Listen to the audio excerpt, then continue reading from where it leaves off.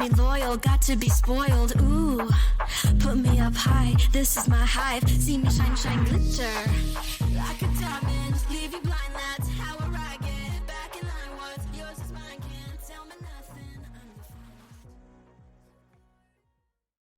Today's episode, Grown But Not Grown, when your adult kids aren't who you raise. Intro, the shock of watching them change. Okay, let's just start with this truth. Parenting adult kids is one of the weirdest, most humbling plot twists of all time. You spend years trying to raise decent, grounded humans. You keep them alive, teach them manners, teach them not to lick the grocery cart handle, and then suddenly, one day, you realize they're grown. They're making decisions, they're posting opinions, and sometimes those opinions are straight up wild. You're staring at their choices like, who raised you? And then the universe whispers, you did. They move out, they move on, and then suddenly you're the one who needs to figure out how to act. There's this silent grief no one talks about, the loss of control. When your kids grow up, they don't stop being your kids, but the relationship transforms. You stop being the director and become a consultant. That transition requires surrender. It requires acceptance. And most of all, it requires you to grow too. Because listen, parenting adults is not for the weak. These kids will make you question your Wi-Fi, your sanity, and your entire parenting strategy. But we're going to talk about it. The love, the frustration, the heartbreak, and the growth that happens when your baby becomes a full grown adult with opinions. Segment 1, the identity whiplash. I don't think anything can prepare you for the identity whiplash that comes when your kid becomes an adult. One day you're the center of their world, the next you're an optional text message. When they were little, I was the hero, the fixer, the comforter. I could solve any crisis with a grilled cheese sandwich. Now they treat my advice like spam. Thanks, Mom. Unsubscribe. You teach them to think for themselves, and then you're shocked when they actually do it. This is where individualization happens. It's when they start separating from the image you built of them. It's normal, it's healthy, but it's also painful. Because in some ways, you lose the version of your child that made you feel needed. And that's where the real emotional work begins. Learning to love the new version of them without clinging to the old one. It's like I spent years teaching them to be strong, outspoken, independent, and now I'm like, why are you using all those skills on me? Parenting adult children requires emotional evolution. You have to grieve the role that no longer fits you. You don't lose your relationship, you just have to reintroduce yourself to it. Listener prompts. Where are you confusing their independence with rejection?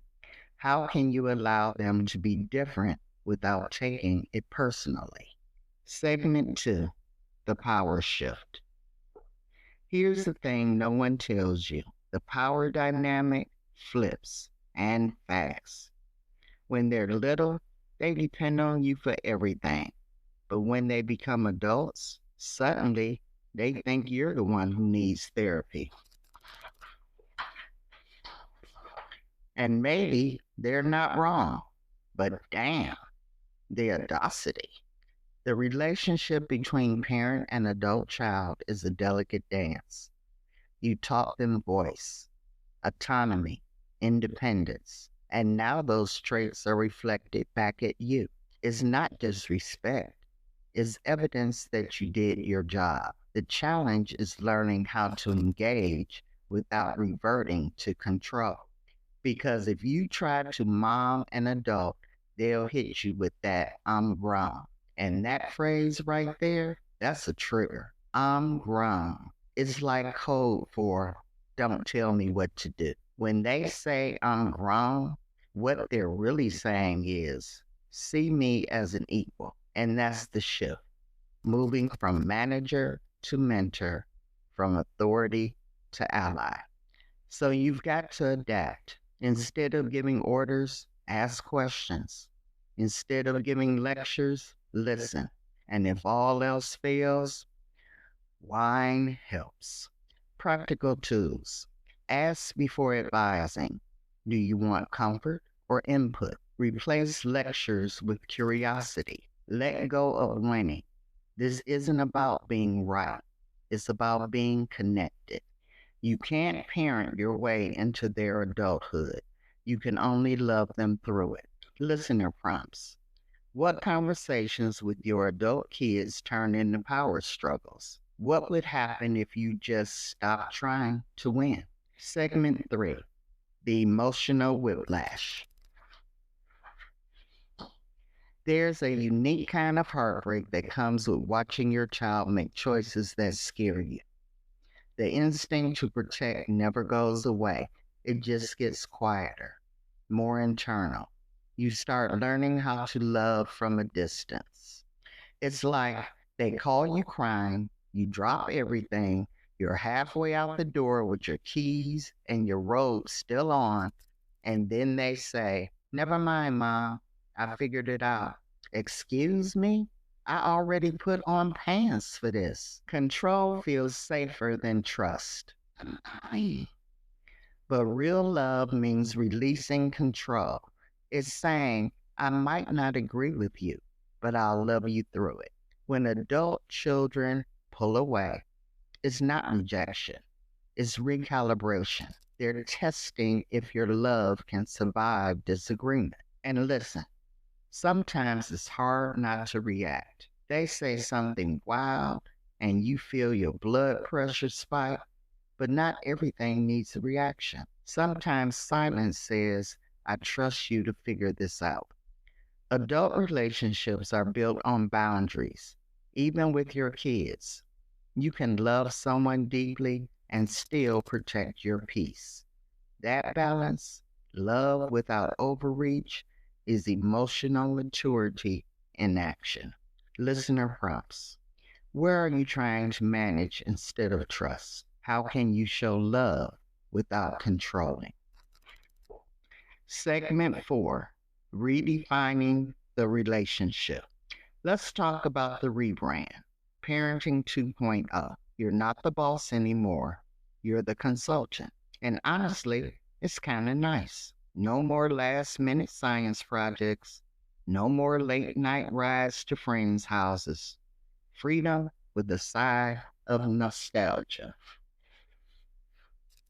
Parenting adults is really about letting the relationship evolve into mutual respect. You start seeing your kids as humans, not extensions of yourself. And that's where genuine connection begins. It's wild though, because once they hit adulthood, they start parenting you. They're like, Mom, you need to drink more water. Mom, you can't say that anymore. It's not cool. Like, okay, Dr. Phil Jr., calm down. This phase is about co creation. You both bring new wisdom, new wounds, and new ways of seeing the world. The goal isn't control, it's closeness. It's choosing relationship over ego. And sometimes that means apologizing first, or biting your tongue, or sending a hey, love you text, even when you're still annoyed. That's emotional cardio, baby. I raised them to think for themselves, and now they do. So technically, I nailed it. Listener prompts. What version of the parent child relationship are you ready to retire? How can you show up as a new version of yourself in this dynamic?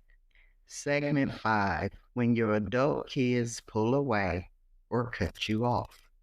There's a silence that hurts more than any argument, the silence of distance. When your child stops calling, when holidays go quiet, when you don't even know what version of their life you're missing out on. It feels like a living grief. We don't talk enough about this kind of heartbreak because parents are expected to be endlessly strong. But abandonment by your own child touches the deepest layer of identity. It says, who am I if the people I raise don't want me around? I want you to hear this. You're not crazy for feeling broken by it, and you're not alone. It's the kind of pain you can't post about. You see other families doing brunch selfies, and you're like, must be nice. You replay every conversation, every moment, wondering where it went left. And here's the truth no one says out loud. Sometimes you didn't do anything wrong. Sometimes they just need distance to figure themselves out. And the only language they know for that is silence. That silence doesn't always mean the relationship is gone. It means the dynamic that existed can't survive the next chapter. When adult children pull away, it often comes from unspoken resentment, unhealed pain, or simply exhausted from dynamics that never evolved. The work on your side becomes reflection, not pursuit. Ask yourself, if they called tomorrow, could I listen without defending? Could I apologize without demanding one back? Could I love them without trying to fix them? And if the answer's not yet, that's okay. That's what therapy, prayer, and long walks are for. You can grieve, cuss, cry, and still hold space for hope. Here's what healing can look like while you wait. Write letters you don't send. Get the words out of your body. Redirect the nurturing instinct. Pour that energy into friendships, grandkids, or creative work. Stay open without staying stuck. Hope and self respect can coexist. Abandonment isn't the final chapter unless you let it be. Your story doesn't end because someone else walked out. You can still build a life that feels full, peaceful, and proud. One that says, I loved, I tried, and I'm still here. Sometimes love means waiting with open hands, not open wounds. Closing reflection. The goal of parenting was never to raise copies, it was to raise originals. And sometimes originals challenge the artist. That's not failure, that's proof of success. Love them as they are, not as you remember them. Meet them where they're growing, not where you left them. Yeah, they're grown, but they'll always be your kids. You don't have to agree with everything they do. You just have to stay available for when they remember they still need you. So here's to parenting adults, the real endurance sport.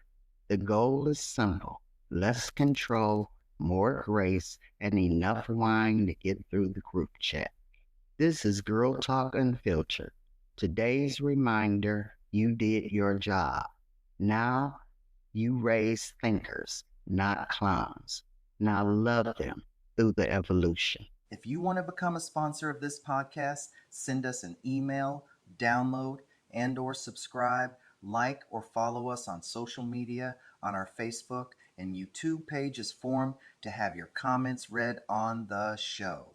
To be on our email list, go to our Facebook or YouTube page and fill out the form. Form your own Girl Talk group. Everyone needs a shoulder or an ear. Merch coming soon, mugs, t-shirts, and a few surprises.